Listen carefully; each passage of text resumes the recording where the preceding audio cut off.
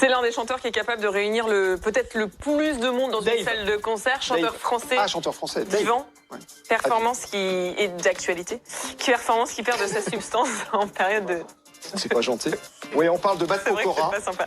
De Covid. Bon, bref. On parle de Matt Pokora, comme de nombreux artistes. Il a dû, lui, annuler sa tournée, mais il se réinvente. Il va offrir à ses fans un concert, en fait, en live stream.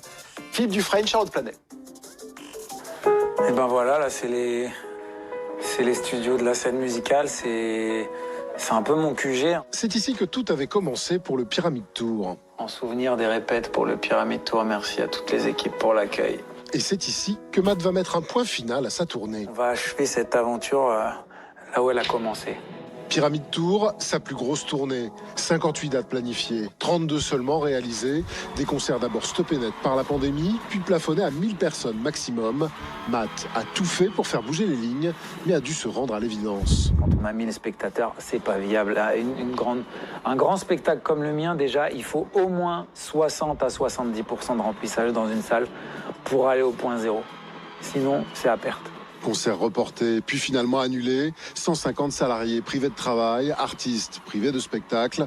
Alors Matt a décidé de se réinventer. Le show sera proposé en live stream, un concert sur Internet, le 8 décembre prochain.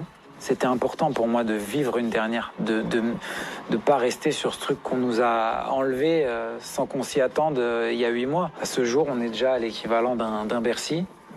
Qui est la plus grande salle de ma tournée. Je pense qu'on va finir avec un chiffre pas loin d'un petit stade ou du Nu Arena, un truc comme ça. Et quitte à terminer, autant le faire en beauté. Matt promet ce soir-là l'un des concerts live stream les plus qualitatifs jamais faits en Europe.